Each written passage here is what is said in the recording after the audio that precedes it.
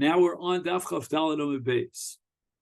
And the Gemara is analyzing this din of Hazama in light of the principle of Yehude Gavra. The Torah requires a hasra between each negicha, in which we warn the Baal Ashar that his shar is on its way to becoming a shar amur. Now we said that in the case of Yehude Gavra, we're going to need that each one of the Kitei Edim come on a different day.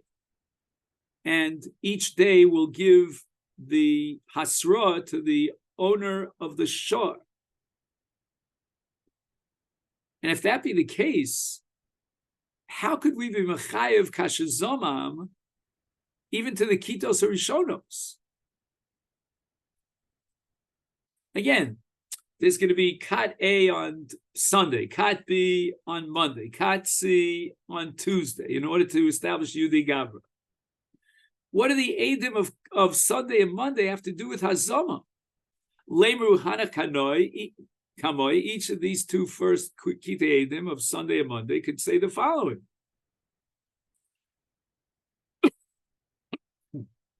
Hanan mi havi adinon dibasa shloshi yomi asu hanachum yadile. Did we know that tomorrow and the day after 3 days, the Edom are going to come and make him into a mud? We came to say that he's chayiv chatzi nezek as a short time. We didn't have any zmama, any intention to make him into a mud. It's only the third kat that makes him into a mud. If it's Yudei Tura, then each kat is building on the next kat or on the previous kat to make this shar into a shar mu'ad. But if we need mu'adus on the gavra, on the Baal shar, then the first two kitei edim are doing nothing more than establishing that he has to pay chatzi nezek for the gich of a short time.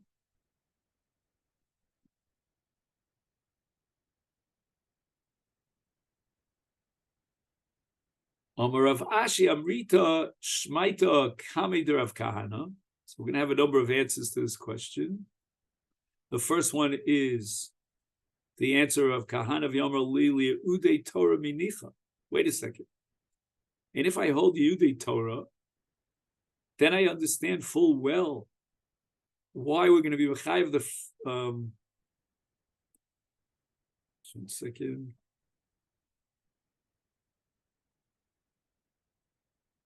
Why we're going to be mechayev the kat achrona, lemru hanach basroi, let the kat achrona say anan minoya dinu dechol dekoi beidina lasude b'torah kasi. How do we know that the first two kitos came into Bezdin to be made that this shor is a shor nagchan? Anan l'chayvi gavra palganiska kasida. We only came to be mechayev chatzi nezek.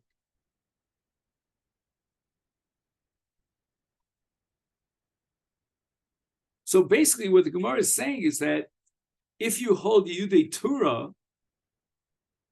then you could say that all three Kitei Edim came on one day to testify in 3 different days of Negicha. And apparently, since they all came on one day, we have ample proof that even the last pair of Edim knew about the first 2 Kitas of Edim. And that's called in the Gemara's language, de kamaramze remuze, which means that like the Edim winked to each other, right? The Kat Rishona came in and sort of winked to the Kat Achrona that we're going to testify. So they can't say that we only testified on a Chatzi Nezek. They knew very well that they would testify on a Nezek Sholim. And once we're applying the principle Kamaramze Remuze to Mechayev Edim Zomimim, we're going to apply it according to both Liyudei Gavra and Liyudei Torah. Rav Ashi offers another answer. Shebo Ritzufit. All the Kitei Edim came into Bezdin together, and the Achronim knew exactly what the Rishonim are going to testify. Ravina Omer, another answer, B'makirin bal ashor v'ein makirin es ashor. The Eidim recognize the owner of the shor. They don't recognize the shor. They can't testify that we came to the Mechayev Chatzi Nezik of Tammuz, because Chatzi Nezik of Tammuz is only collected by Gufo, and the Eidim don't know which is the Guf of the shor. They can only possibly be testifying against the Gavra. If they don't recognize the shor, how can they testify and warn the Bailim that they have to warn he has to watch and protect his shor? They don't even know which is the shor Nogea. And the Gemara answers the Amri Tor Nagcha Nagchana Islach Bibakarcha Yiboy L'Chalin Tuli Kuli Bakar. In other words, I know that one of your shvarim in your corral was Nogeach, and therefore you have to watch all the shvarim in the corral. If a person antagonizes the dog of his friend, and that dog, because it's agitated, goes ahead and he's mazik his friend, Ma'u, does he have to pay tashlumim for the act of shisui, of antagonizing? And the Gemara says, let's explain the suffix. There's no question that the person who caused the kelev to go ahead and get angry and be mazik, he's pot, because that's groma bin ezik. But bala kelev mai, what's the din of the owner of the kelev? Because again, it's the case of mishasa kalbo shal chavera, and therefore mi amrina motzi omer le. Can the bala kelev say, "No, maya vidna le"? I didn't agitate the dog. If not for the fact that this guy agitated my dog, my kelev would not have been mazik. O Dilma Amrina Leo, shall we say to him, to the Bala Kelev, Keva the Adata Bekalbacha de Mishasi le Umishtase, Lo Iboy Lechol Ashtahuye.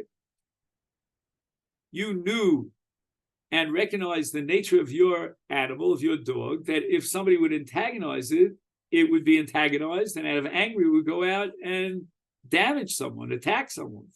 And therefore you shouldn't have left your dog in Rosh Hashanah where somebody could come along and agonize your dog, and therefore you're a poshea in the shmira. Omer Abzera Toshma Vitam. Our Mishnah says that a shor becomes chazorah from Modas to Tammuz.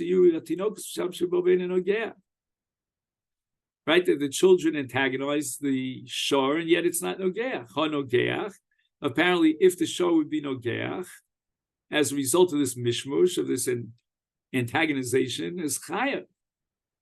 There would be a chayav on that negicha. Now, again, the shor was not nogeach mitzad atzmo; it was only a result of the mishmush hatinokos. So we see that a shor is considered machayav the ba'il b'tashlume nezek, even if somebody else is megare or meshasa that shor. Omer Abai rejects this proof. Miktoni nogach chayav. Right? Does it say in the Mishnah that if, as a result of mishmash tinokos, he's chayav to pay for that negicha that was a result of the process of antagonizing the shor by the tinokos? No. Dilma nogach lo havitam, vahi negicha lo mechayev. Even though the act of the children of mishmush will serve as a chazara, but nevertheless on that negicha itself, as a result of mishmash hatinokos, he doesn't have to pay, because if not for the fact that they antagonized the shor, he wouldn't have been ogea. Toshma, maybe we could prove it from a Mishnah in Sanhedrin on Daf Ayin Vav with regard to Ritzicha. Shisa bo es hakelev, shisa bo nochash, potu.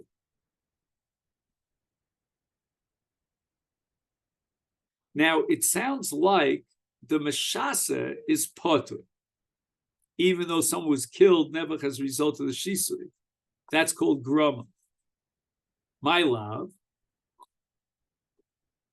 Potu Meshasa v'chayiv balakev. Maybe the balakev or the balanocha should be chayiv, because it was their momon that attacked, and they should have protected it against the Shisui. Lo, Gemara rejects it. Ema potur af mishasa. Add the word af. That you might think that the Baal Kel for certain, it goes without saying, is potur. Because if not for the mishasa, the Kelv would not have attacked. But maybe you would think the mishasa himself is chayiv, and the kamashma is that even the mishasa is potur. Omar Rava says, I'm going to give you a scenario in which there's no suffix at all. Even if I would tell you that the mishasa is chayiv, she saw hu biatzmo potur. If, let's say, the kelev was mazik the mishasa himself, you're an Ibr Chacham, you're going to be mishasa your friend's dog, and now the dog is going to pounce on you. And part of the Baal Kel doesn't have to pay you damages. I thought this was Davar Pasha, but the Gemara says, my timer, to call Mishana Barach Vishina Bo Potu. We have to activate the principle that we learned back on Daf Chaf Aleph, that if somebody is Mishana, like the Rovates and so forth, as we'll see Reish Lakish, then you're Potu. In other words, you didn't expect the Rovates to be Rovates on the animal, in the middle of Rosh Hashanah on its back. And here too, you can't claim to the Baal HaKelev that he should pay you damages for being Meshasa. You were Meshasa, you were Shinabo. Amalei Rav Papa Rava. Rav Papa brings this din of Kol Meshasa in the name Reish Lakish. Itmar Mishmei Reish Lakish Kavaseh. The Reish Lakish state Paras Ramachas Revutzachas Malechas Ubata Malechas Vrutza Petura. Why is the Bata Malechas Hamalechas Bervutza Petura? Because Kol Meshana Bach Evashina Bo Patur. We don't expect an animal under normal behavior pattern to be lying on its back and kicking up its feet in the middle of a Sharabit. And since the Ravitza was a Shinui, therefore, you're not chayav for the Be'ito, which is a Shinui. The opposite, however, Ravutza b'maleches chayeves. If an animal starts kicking while it's lying and attacks and destroys other animals, you have to pay for them. Amalei, so Rav responds to Rav Papa, in that case of Ba'ata, where the animal of the mazik kicks the animal that's Ravutza, I would say Chiyuv Mechayav, he has to pay for that. And we're not going to apply the principle called Mishana B'Achav V'Shina B'Pata. Why? Daminalei I Islacha Rishusa L'Sguyela L'V'Ute Bei L'Eslacha Rishusa. Okay, fine. You want to walk with your animal on a straight line in Rishusa Rabin and pass over a cow that's Ravusa, fine. But who gives you the right to kick the animal? And therefore, you don't have any Rishus to allow your animal to kick another animal that's lying on the ground, and therefore you have to pay for damages. And this leads us to the Mishnah here on the bottom of Daf Chav Daled Amud Beis. And this is the Mishnah of Dayo, meaning the Machlok Shin Chachom and Rabbi Tarfon in the laws and the rules that regulate a Kal V'Chom. Shar Mazik B'Rishus HaNizak Ketzad. Under what circumstances does a Baal Ashar has to pay for damaging in someone else's property? And we have all the following cases. Nogach, Nogaf. Nogaf means he gives him a hat check, he pushes him with his body. Noshach, he bites him. Ravatz, he kicks up on Kalim or Bat, is Baragla. In all these cases, we have what's called a told of Shein because it was Kavod Lahazik, there was no Hanol Zeka, it was Lav Urche, and he pays Rishus Aram. I'm sorry. And he pays Chatzi Nezek Rishus HaNizak before we get to Rabbi Tarf. So this is the Chachamim Shita. However, although B'Rishus Rab Misham Chatzi Nezek B'Rishus HaNizak, here we have a Machlokas Tanoi. We'll start with the Shita Chacham, we'll jump a little ahead. Chatzi Nezek.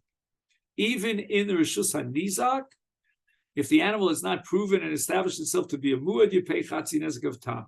Rabbi Tarfon Omer, Nezek Shalom. Amalem Rabbi Tarfanu, ma b'mokom shehekil al shein v'al regel b'shus harabim shu potu. Hichmir aleim b'shus hanizak l'shaim nezek sholem.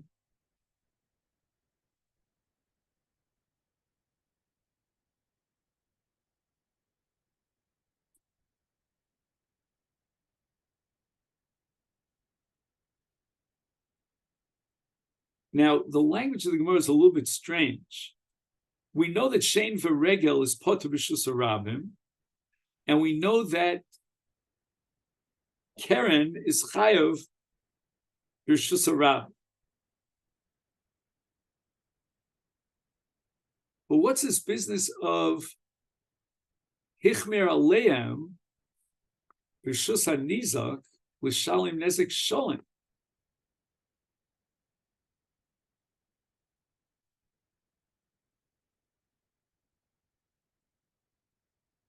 So the Rishonim here quote the pasuk Meitav Sadeu Meitav Karma Yishalim, and that means Tashlumim Ma'ulim, and Tashlumim Ma'ulim mean Nezek Sholem. And this pasuk is referring to Bershus Hanizak, and it establishes that the Chotz Hanizak is more chamur than Rishus Harabim. And therefore you pay Nezek Sholem.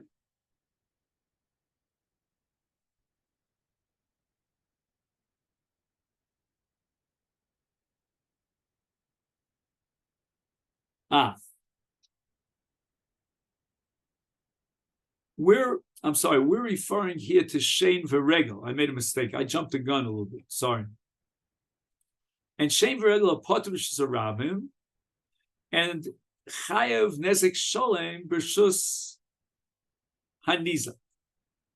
So if my animal goes into your rishus and eats your tomato patches, I have to pay nezek sholem.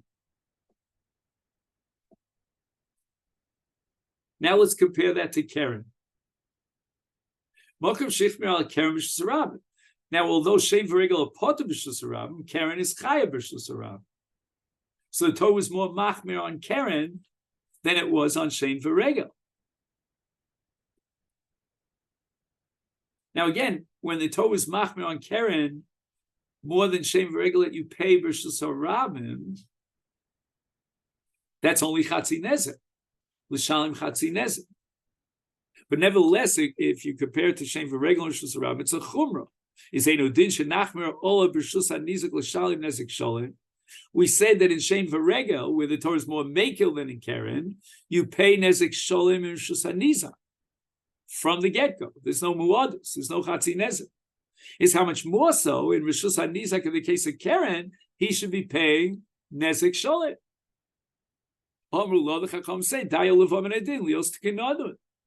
From whence are you deriving this kal v'chomer? From Keren of Rishus Harabim. Your whole kal v'chomer is built on Keren Rishus Harabim. That Keren Rishus Harabim is more chomer than shein v'regel. Yeah, but if you're deriving the kal v'chomer from Keren Rishus Harabim, the halach of Keren Rishus Harabim is only chatzi nezek. How can you possibly derive nezek sholem Rishus HaNizak from Keren in Rishus Harabim that pays only chatzi nezek? Dayol levamin adin lios genadun. Ma Rishus Harabim. We'll add a few words. Is if you want to derive Keren in Rishus HaNizak, is Ein Chayeves El Chatzi Nezek. Amalehem Rabbi Tarfon says Afani. Here we turn to Daf Chafei. Lo Adun Keren. The Keren. I'm not going to derive a chiyuv in Keren in the Chotz HaNizak to pay nezek sholem from Keren and Rishus Harabim. That would be dayo. Ani adun Keren miregel. I'm going to go directly to regel. Cut out the derivation from Keren Rishus Harabim. Ma b'mokum sheikil al shem val regel. In Rishus Harabim, if shem regel is mazik, then the Torah says you're patur, and nevertheless hichmir b'Keren. The Torah says that you pay chatzi nezek in Keren in Rishus Harabim is mokum sheichmer al shein v'regel b'shus hanizak, and you pay nezek sholem enu din shenachmir b'Keren. certainly we have to be more machmir in Karen, because Karen is more chomer than Shem v'regel, because we saw in Rosh Hashanah that's the case, where Karen pays Chatzi Nezek and Regel doesn't pay at all in Rosh Hashanah. So certainly we should be machmir in Karen, and it should have no less of a chiyuv than Shem v'regel Rosh Hashanah. And Shem v'regel Rosh Hashanah pays Nezek Shalom in the first Hezek. So therefore, in the case of Karen Rosh Hashanah, it should pay Nezek Shalom in the first Hezek. At